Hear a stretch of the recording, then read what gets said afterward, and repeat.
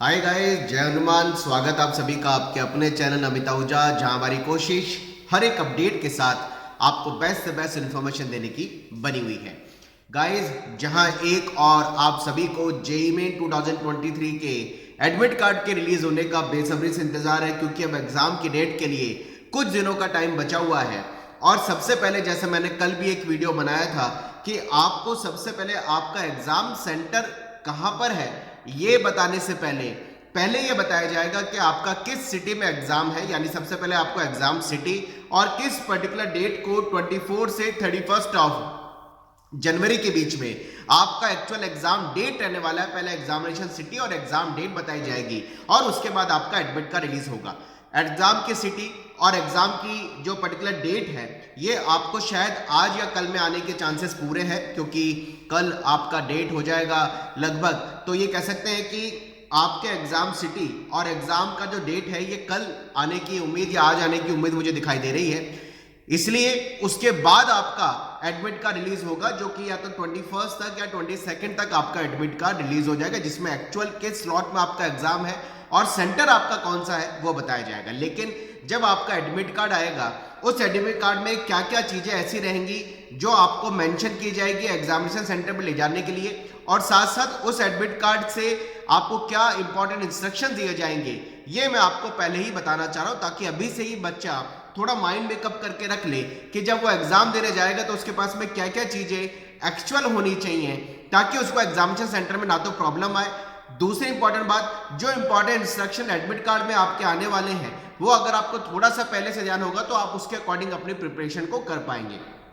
Examination hall में जब बच्चे जाते हैं तो सबसे पहले उनकी बाहर फ्रिस्किंग होती है, मेटल डिटेक्शन उनकी चेकिंग होती है, फ्रिस्किंग बोला जाता है उसको, फ्रिस्किंग होगी, उनका फोटो लिया जाएगा, उनका फेस रीडिंग होती है, फोटो लिया जाएगा और पर्टिकुलर उनको सीट अलॉट की जाती है। लेकिन एंट्री के टाइम पर जहां पर स्टूडेंट को पर्टिकुलर अपना अपना एक रिपोर्टिंग टाइम रहेगा, आपको एक सर्टेन रिपोर्टिंग टाइम दिया जाएगा, उसी रिपोर्टिंग टाइम पे आपको वहां पर पहुंचना है। क्योंकि जिस तरीके से कोविड पैंडेमिक की सिचुएशंस के अंदर गवर्नमेंट ने अलग अलग स्टूडेंट को रिपोर्टिंग टाइम दिया था, वो रिपोर्टिंग टाइम आपको अलग ही दिया जाएगा, क्योंकि अभी भी कोविड पैंडेमिक सिचुएशन धीरे धीरे यह कह सकते हैं कि संभावित है। इसलिए हर स्टूडेंट को अपना एक पर्टिकुलर रिपोर्टिंग टाइम मिलेगा, ऐसी एक्सपेक्टेशन है। ये तो एडमिट कार्ड आएगा जब प्रॉपर क्लैरिटी आएगी कि गवर्नमेंट इस बार भी रिपोर्टिंग टाइम दे रही है, लेकिन मान के चलिएगा अलग अलग बच्चे का अलग अलग रिपोर्टिंग टाइम रहने वाला है। उस पर्टिकुलर रिपोर्टिंग टाइम पे जाकर के उसको रिपोर्ट करना है। एग्जामिनेशन सेंटर पर जब स्टूडेंट पहुंच रहा है तब उसकी कुछ चीजें देखी जाएंगी, जिसके बेसिस पर ही उसको एंट्री दी जाएगी। यानी जिसको कहा जाता है कि आपको क्या क्या चीजें साथ में लेके जानी होगी। एडमिट कार्ड इस साल भी ऐसा लग रहा है कि आपका 4 पेजेस का एडमिट कार्ड आएगा। फर्स्ट पेज में आपका फोटोग्राफ रहेगा, सिग्नेचर रहेगा, सारी डिटेल रहेगी और सेल्फ डिक्लेरेशन फॉर्म रहेगा, जिसमें कोविड पैंडेमिक के सिचुएशन में जब उन्होंने पहली बार डिक्लेरेशन मांगा था, वो डिक्लेरेशन पिछले 3 साल से गवर्नमेंट मांग रही है, इस साल भी मांगेगी। आपका डिक्लेरेशन मांगा जाएगा, सेल्फ डिक्लेरेशन, कि आप किसी कोविड पेशेंट के कांटेक्ट में नहीं आए, आपने पिछले कुछ दिनों में विजिट किया, कुछ सिटी में नहीं किया, आपको कफ वगैरह कोल्ड वगैरह की प्रॉब्लम तो नहीं है, ब्रीदिंग की प्रॉब्लम तो नहीं है। ये सारी चीजें डिक्लेरेशन में आपसे पूछी जाएगी, जिसका फॉर्मेट कुछ इस तरह का रहने वाला है।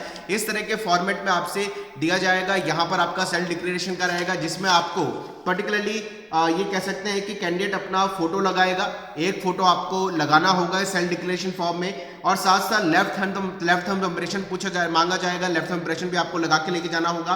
और सिग्नेचर जो है ये स्टूडेंट के जब वहां पर वो एग्जामिनेशन सेंटर पर इन्विजिलेटर जो रहेगा, जो परीक्षक रहेगा, उसकी प्रेजेंस में उसको करना होगा, जो कि इस तरह का एक सेल्फ डिक्लेरेशन फॉर्म आपको अभी भी मिलेगा, जिसमें आपका फोटो लगाना है, सिग्नेचर आपको वहां पर एग्जामिनेशन हॉल में करने और लेफ्ट थंब इंप्रेशन आपको लगा के लेके जाना होगा। इसके साथ साथ ये सेल्फ डिक्लेरेशन फॉर्म के साथ आपको कोई ना कोई ये कह सकते हैं कि ओरिजिनल आईडी प्रूफ लेकर के जाना होगा। फोटोग्राफ अलाउ नहीं है आईडी प्रूफ में, ध्यान रखिएगा। वोटर आईडी हो, आधार आईडी हो, आपका पर्टिकुलरली पैन कार्ड हो, आपका स्कूल आईडी हो, आपका पासपोर्ट हो, आपका पर्टिकुलरली बैंक अकाउंट हो, लेकिन आईडी प्रूफ वो वैलिड होगा जिसमें आपका नाम हो, डेट ऑफ बर्थ हो और आपकी फोटोग्राफ मेंशन हो। ध्यान रखिएगा, कोई भी गवर्नमेंट आईडी प्रूफ बिना फोटोग्राफ के एक्सेप्टेबल नहीं होगा।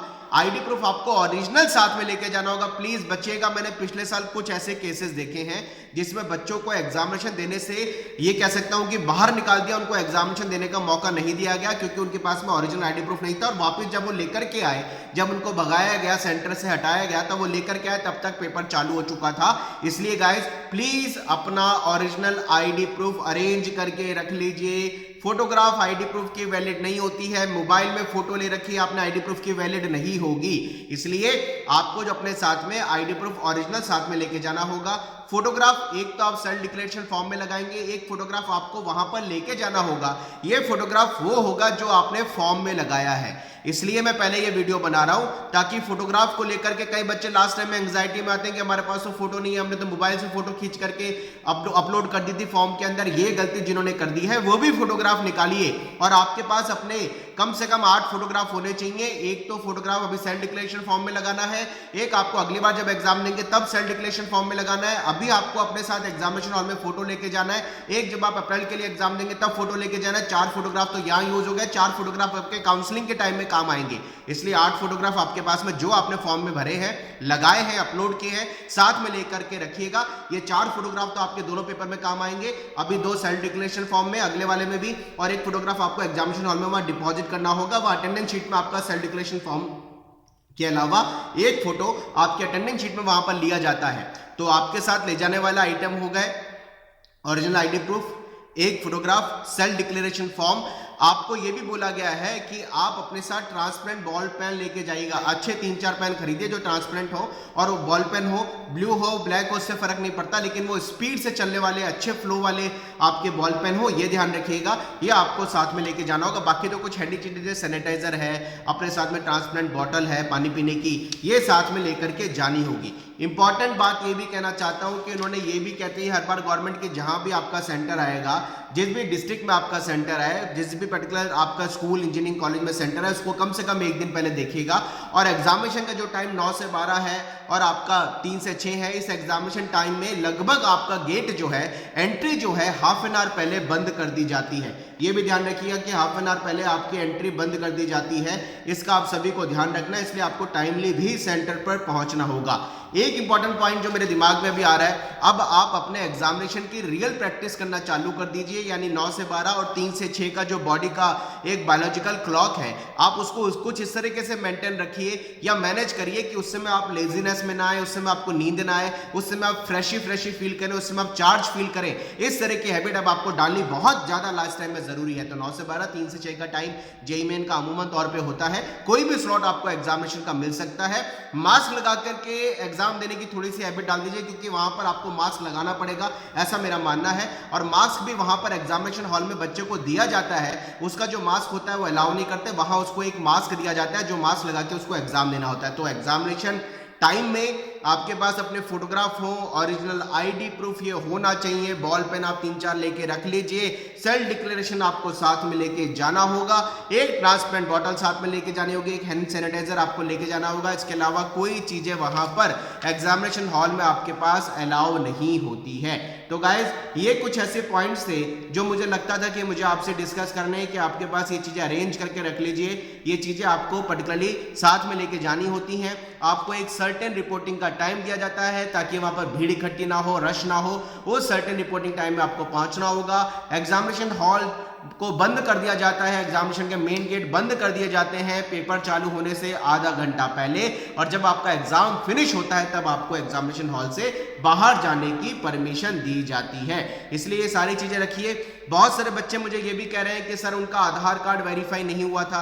जिन बच्चों का आधार कार्ड वेरीफाई नहीं हुआ था उन बच्चों के लिए भी एक डिक्लेरेशन होगा, आधार वेरिफिकेशन का डिक्लेरेशन होगा, जो आपके एडमिट कार्ड के साथ ही निकलेगा। उस आधार वेरिफिकेशन डिक्लेरेशन आपको भर के भी लेके जाना होगा। जिन बच्चों का आधार नंबर जो है उनके डिटेल से मैच नहीं हुआ था और वेरीफाई नहीं हुआ है, उनको कोई एक आधार वेरिफिकेशन डिक्लेरेशन आएगा जो आपके एडमिट कार्ड के साथ ही निकलेगा। उन बच्चों को वो डिक्लेरेशन भर के भी अपने साथ लेके जाना होगा जिन बच्चों का आधार वेरिफिकेशन उस समय नहीं हुआ था। उम्मीद है आप सभी के एग्जामिनेशन सेंटर और आपके एग्जामिनेशन की डेट जो पर्टिकुलरली है ये आज या कल में डिसाइड हो जाएगी और आप तक वेबसाइट पर रिलीज हो जाएगी। बहुत जल्दी ये डेट आने वाली है और उसके बाद आपका एडमिट कार्ड रिलीज किया जाएगा जिसमें एक्चुअल आपको कहां पर एग्जाम देना है और आपका कौन सा स्लॉट आया है, मॉर्निंग का स्लॉट है या इवनिंग का स्लॉट है, उसके अकॉर्डिंग आपको पेपर देने का मौका मिलेगा। तो अभी से अपनी मेहनत को चालू करिए। बहुत कम समय आपके एफर्ट्स के लिए, एग्जामिनेशन के टाइम के लिए रह गया है। अपनी बॉडी को, बायोलॉजिकल क्लॉक को बैलेंस करिए। इस समय से कुछ एनर्जाइज होकर के मेहनत करिए। जो आपको आता है वो आपको बेस्ट आना चाहिए। एग्जामिनेशन के कुछ टिप्स मैं आपको जल्दी दे दूंगा ताकि आप अपनी प्रिपरेशन को और अच्छा कर पाए। चलिए गाइस, डॉक्यूमेंट्स आपको बता दिए। मुझे कमेंट बॉक्स में जरूर लिखिएगा आपका एग्जामिनेशन सिटी कौन सा आया है और आपका किस डेट को जेईई का एग्जाम होने जा रहा है। देखने वाला बात यह है कि एक्चुअल कितनी शिफ्ट गवर्नमेंट रखती है। मुझे लगता है शायद 1-2 शिफ्ट गवर्नमेंट कम कर सकती है, जिस तरीके से थोड़ा सा पिछले सालों में देखने में आया। लेकिन देखते हैं क्या लगभग 7 दिन एग्जाम होता है। 26 जनवरी को एग्जाम नहीं है, 24 से 31 जनवरी के बीच में एग्जाम है और ये भी देखना है कितनी बीआर की शिफ्टें होती है। उसके हिसाब से आइडिया लगाएंगे कि एक शिफ्ट में कितना बच्चा बैठने वाला एग्जैक्टली है। Wish you all the best, मेहनत करते रहें। जय Hanuman, bye bye, thank you very much.